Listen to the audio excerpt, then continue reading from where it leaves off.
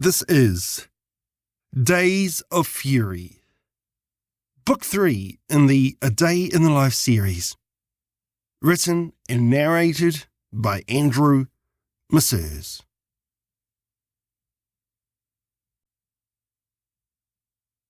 Chapter 1. Paul Tulley. The trust of the innocent is the liar's most useful tool. Stephen King. 1. Paul Tulley sat in his office, watching the 4 small screens on his monitor. He sipped his coffee. It tasted like crap. He hated the office instant brew. He was watching one particular screen with interest. A new girl by the name of Shirley Bastian had started last week. She was young and quite stunning. He noticed she'd been watching him whenever he walked past. He wasn't watching her out of lust, though. Money had been disappearing over the last week. Not large amounts, but enough to make him suspect someone who knew what they were doing was taking out of the till. A knock came at the door. He saw on screen a customer had just come up to Shirley. The office door opened. "Not now. Can't you see? I'm busy," he said curtly to the person who opened the door. It was the secretary, Madeline. She huffed and closed it, walking away. "Stupid cow," he thought to himself, as he looked crossly at the closed door and then back to the screen. The customer handed over a large item. It looked like some headphones. They were talking and smiling. So far, Shirley had been doing everything by the book. The customer reached into her purse and pulled out some cash. Bingo. Here we go, he thought. Another knock came at the door. "For Pete's sake! Not now!" he shouted, not taking his eye off the screen. The customer handed over cash. "Here we go." Shirley held the cash in her hand. It looked like a $50 note. She looked like she was typing in an amount on the till and pushed enter. The till opened. "Come on." Shirley placed the 50 by the side of the till. She kept talking to the customer, who took the headphones without a receipt. "Almost." And Shirley then placed the 50 into her pocket. "Gotcha." Shirley then finished off the whole scenario by checking behind her and to the sides. She thinks no one saw anything. Another knock. The door opened. "Holy hell." "What is it?" shouted Paul, hurriedly trying to send the footage to his phone. It was Madeline again, looking very annoyed. "It's your wife. On line 1. "My wife? Why the hell didn't you tell me? Put her through straight away. Jesus." Madeline's mouth fell open in shock. Paul was checking his phone. The footage was there. He had her. Madeline huffed and left, slamming the door behind her. Seriously? That woman. She'll be gone by next week. Talking into the phone as he picked it up. "Who'll be gone?" asked his wife, Sanson, on the other line. "The new secretary." "She's useless," answered Paul. "Be nice. If she's new, she's probably still learning the ropes, hun." "Right. I'm busy, babe. What do you want?" Sanson paused, ignoring Paul's rudeness. "Just thought I'd remind you. You've got Seb's rehearsal tonight at 6. Paul rolled his eyes. Sure. What's that for again? Hun, I talked to you about it last night. Paul tried to remember. He had no idea. Macbeth, reminded Sanson.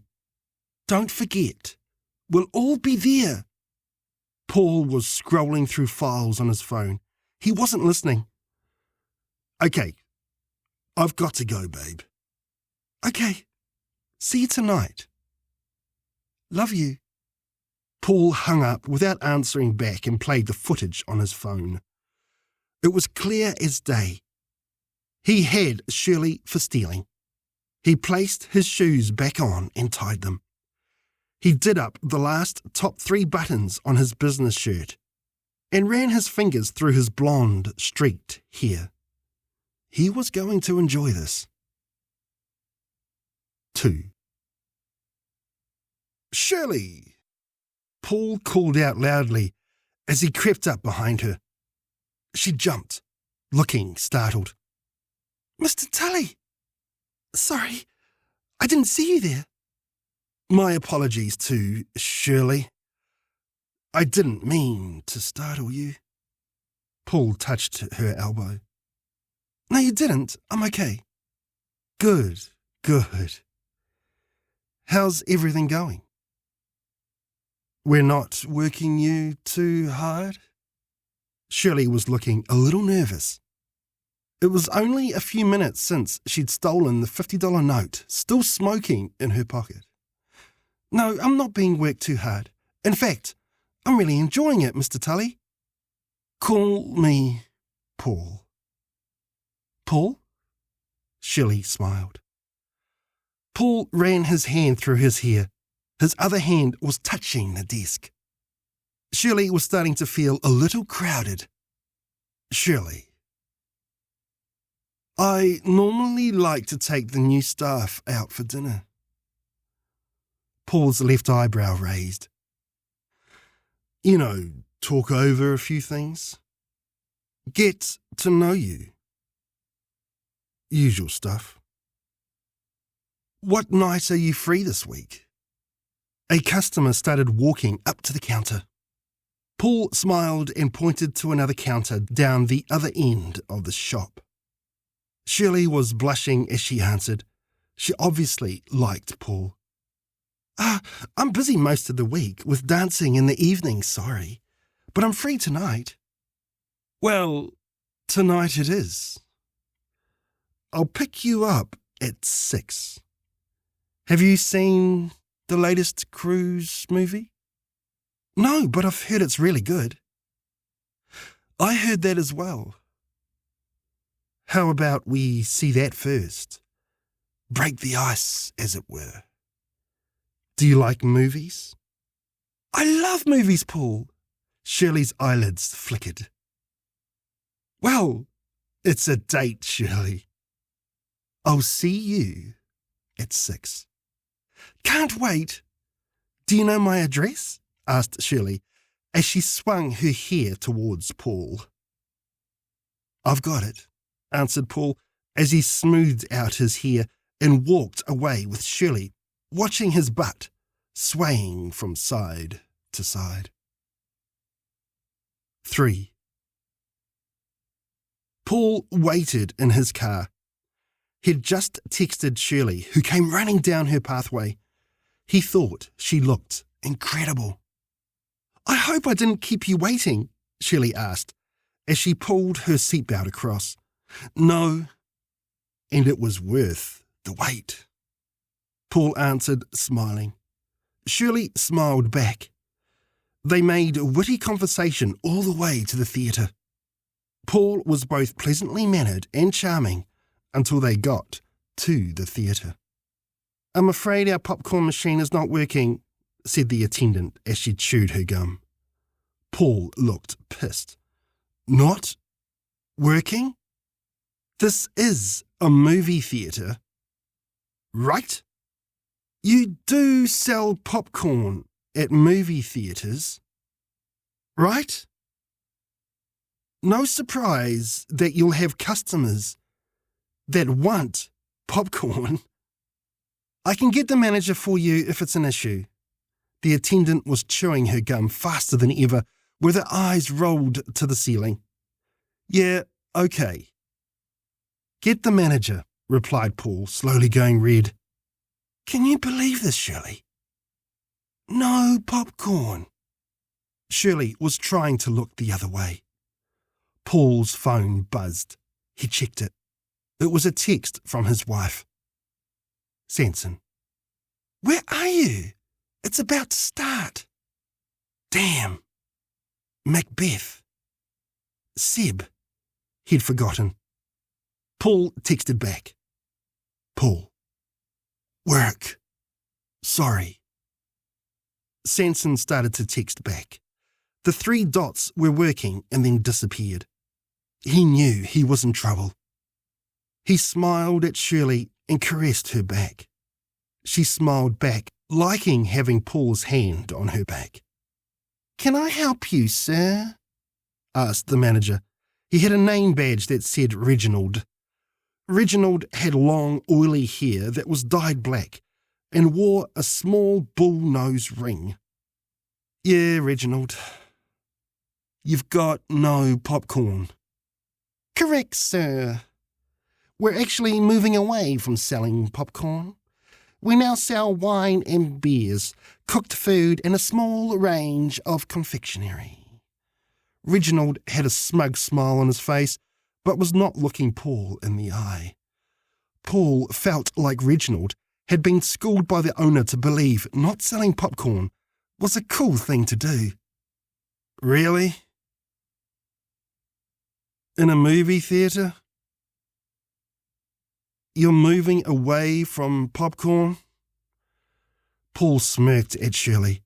Shirley could sense his anger building. She looked away again. What the hell's wrong with you? You want to make money, right? Paul screamed.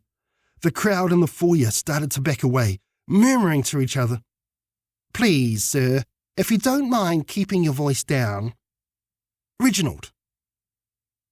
I always have popcorn when I'm watching a movie. We don't sell popcorn, sir. Reginald was starting to sound a little pompous. Paul smashed his hand hard onto the counter. He grabbed Reginald by his shirt, pulling him effortlessly to his face. Look! You little freak! I want 4 free beers for the inconvenience of not having popcorn in a movie theatre. You get it? Reginald was practically being lifted in the air. His eyes were wide open with fright. Do you get it? Freak! Reginald felt his shirt ripping into his underarms. Paul slapped him hard on the cheek. Shirley's eyebrows rose in shock. Freak! Do you get it? Reginald was visibly shaking. Paul slapped him again.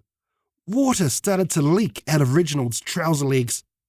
4 beers, Paul repeated, staring angrily into Reginald's eyes. Yes, sir, Reginald answered back meekly, as tears fell onto his cheeks. Paul threw Reginald into the confectionery behind the counter. It went everywhere. And give us some of those Maltesers, will you? Shirley will pay for it. You don't mind, do you, Shirley? I got you the free beers, of course. Paul walked off as if nothing had happened. Shirley gave a hint of a smile as she pulled out a $50 note. She paid for everything while profusely apologising, not wanting to cause any trouble. 4. Paul and Shirley had tickets for the middle of the theatre. Paul led Shirley to the very back right, far corner. You don't mind being over here, Shirley? I don't like being too close. I'm fine, answered Shirley, now looking a little timid. They sat quietly looking at the screen. The conversation had pretty much dried up, and Shirley could tell Paul was still fuming. She was starting to question her thought process for being here and was looking for the exit. He was so cute that she looked past the fact he was her boss. She also looked past the wedding ring. Now she just wanted to leave. Paul sat nursing the beers that he was drinking by himself. The movie started. Paul was texting. It was his wife. Sanson. I told you this was important. Seb's going to be so disappointed you're not here. Paul. Someone's got to pay the bills. If I have to work, I have to work. Turn off your phone, mate, said a gruff voice from down the aisle. Get lost, Paul shouted back, already pissed off with the evening. Turn off your phone, or I'll make you, said the voice. A head peered forward. Shirley started to shrink. You and whose army? Answered Paul, still looking at his phone. Right, mate, shouted the voice, which was now a large shadow standing. Before the voice could get closer, Paul leapt over Shirley. He had an empty beer bottle in his hand. He started pounding it into the guy's face. Shirley screamed as she heard glass smash and splinter. Paul still kept going at the guy, pounding the glass into his neck. Shirley was now shrieking. When Paul finished, the guy was covered in blood. He was quiet and whimpering. The seats beside him had alarmed people standing. Some were running for the exit. Paul stood looking at his victim. His anger had gotten the better of him again. Let's go, he shouted at Shirley. He grabbed her hand and rushed urgently to the front of the theatre. He pushed open the front exit door and led her out into the back street behind the building. What the hell was that? Shirley yelled, trying to break her hand free from Paul's grip. Shut up, or you'll get it too. Shirley immediately went quiet. She was panicking. Who the hell is this guy? Paul held her back firmly as he pushed her into the car. Suddenly, once in the car, he was a different person. I'm so sorry for what just happened, Shirley. That guy was an arsehole. Both guys, apparently, she replied quietly. Paul ignored her answer, now texting feverishly fast on his phone to Sanson. He finished and threw his phone to the side. He smiled at her. I apologize. Sometimes my anger gets out of control. But they were both idiots. Shirley. He put his arm up around her chair. How about we go up to the lookout and discuss your job further? Shirley gave him a look like she wanted to be somewhere else. Maybe an hour ago, but not now. If it's okay with you, Paul, I'd like to go home. Yeah, unfortunately, that's not going to happen, Shirley. We need to talk about the money you stole. Paul pushed the central lock on his door, and Shirley heard her door mechanism close. The car started and drove off. Shirley felt like a prisoner. He knows, she thought. Her heart sunk. 5. Arriving at the Mount Victoria lookout, Paul parked the car on the extreme left. A group of cars were parked far to the right. Most of their windows were steamed up. The night was especially brilliant, with an amazing view of the Wellington districts and Bay Area. Paul parked the vehicle and took out the keys. He smiled as he undid his seatbelt and turned Shirley's way. They sat with Paul looking at her and Shirley looking at the scenery for 10 uncomfortable minutes. Paul was starting to sweat. It was hot outside and doubly hot inside. He noticed Shirley started to sweat also. Her skin glistened down her neck and on her tanned legs. "I'd like to go home," Shirley mumbled. Paul said nothing. "I've got work in the morning." "No, you don't. Tomorrow, I'll be calling the police and reporting the incident. You'll have a police record forever tarnishing your future," Paul said, with a creepy smile on his face. Shirley looked at Paul with her mouth wide open in surprise. "You can't. You've got no proof. I did nothing," she pleaded as her eyes looked away from his. His phone beeped. He ignored it. "I have." He held up his phone. "Would you like to see it?" Paul showed her the screen as he swiped away Sanson's latest text. He found the footage and pressed play. Shirley's hand fell on her mouth as she watched her robbery unfold. She sat in her seat with her head down, looking guilty. "We can fix this," he said. "I don't want you to have a black mark against your name. I'm here to help." Shirley didn't like the sound of this. She tried to look out her window, which was already steamed up. She couldn't see outside. A soft pitter-patter of rain started to hit the front windscreen. "If you help me, I can help you, Cheryl. This will all be forgotten." "Creep," she thought. "I sure can pick him." "What do I have to do?" she asked, looking at her foggy window. She heard Paul's pants belt being unbuckled. This had all happened so smoothly, she felt like this was not his first attempt at entrapping a helpless female. "And I can carry on at my job?" "As long as you don't steal." Paul was taking down his pants and underwear. Shirley could feel herself trembling. She felt sick inside. She started to cry. Paul pulled the lever at the side of his chair and let his backrest fall backwards.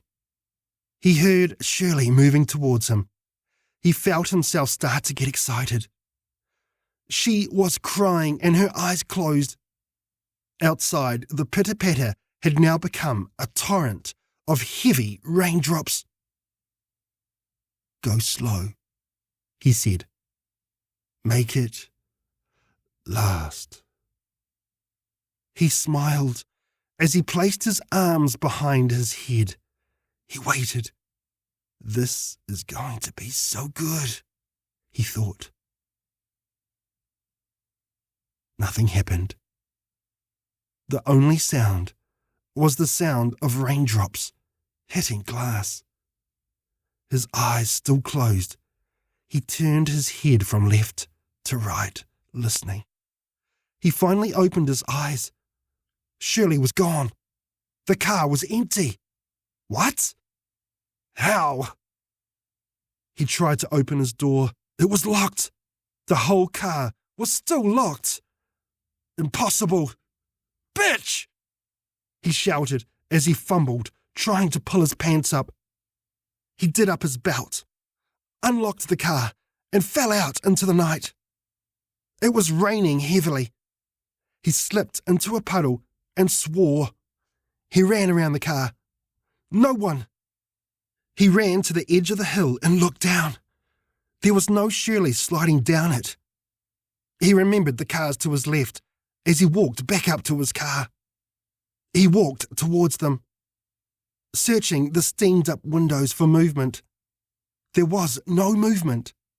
He walked past one and pretended to look over the top of the car. He noticed there was no one inside. What? He ran to the next car. Empty. And the next. Empty. What the hell? He turned and looked down at Wellington. Before, the streets were alive, with miniature cars and buses busily running up and down its many streets. Now, they were stationary, crashed into other cars or buildings. One bus was overturned. Some vehicles had run straight into traffic lights. He raised his hands to his wet, saturated head.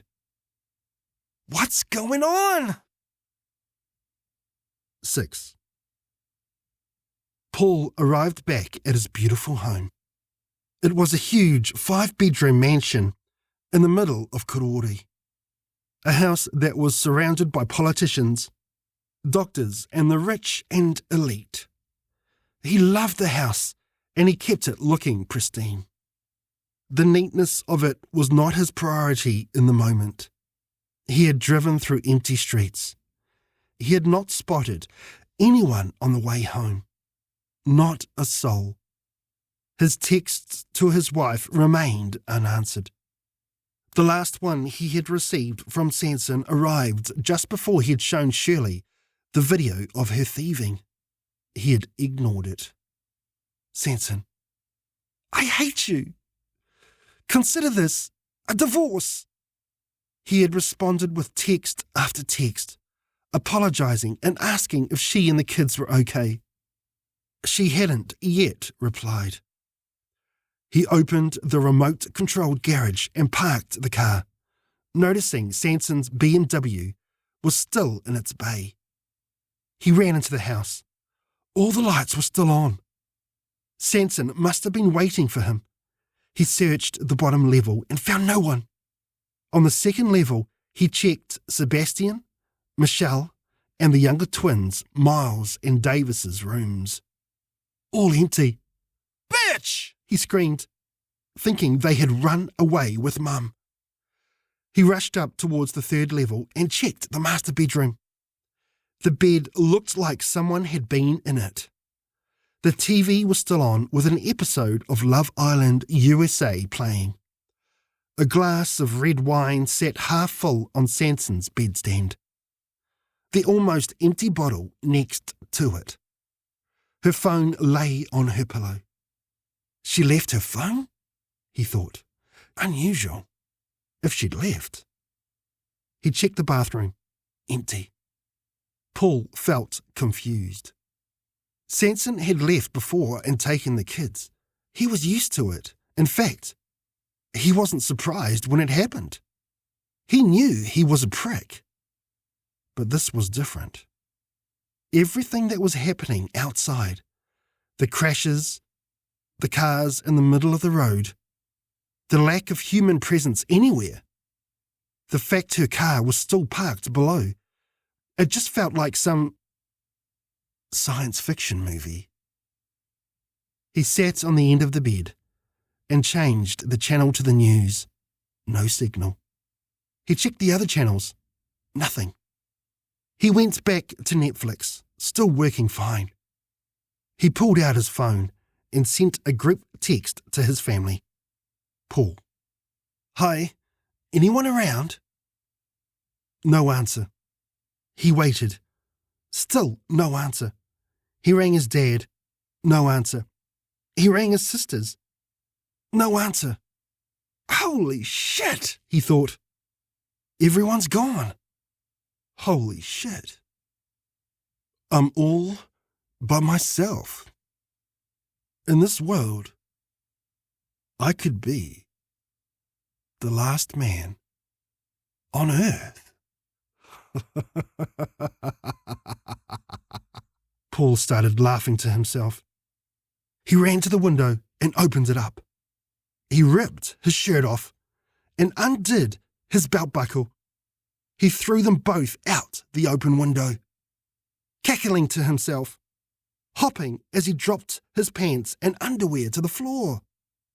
He took off his socks and stood at the window, exposing his full nakedness to the world. Standing with his arms spread out wide, and with a smile beaming on his face, Paul sang out with his most powerful voice, "I am free!"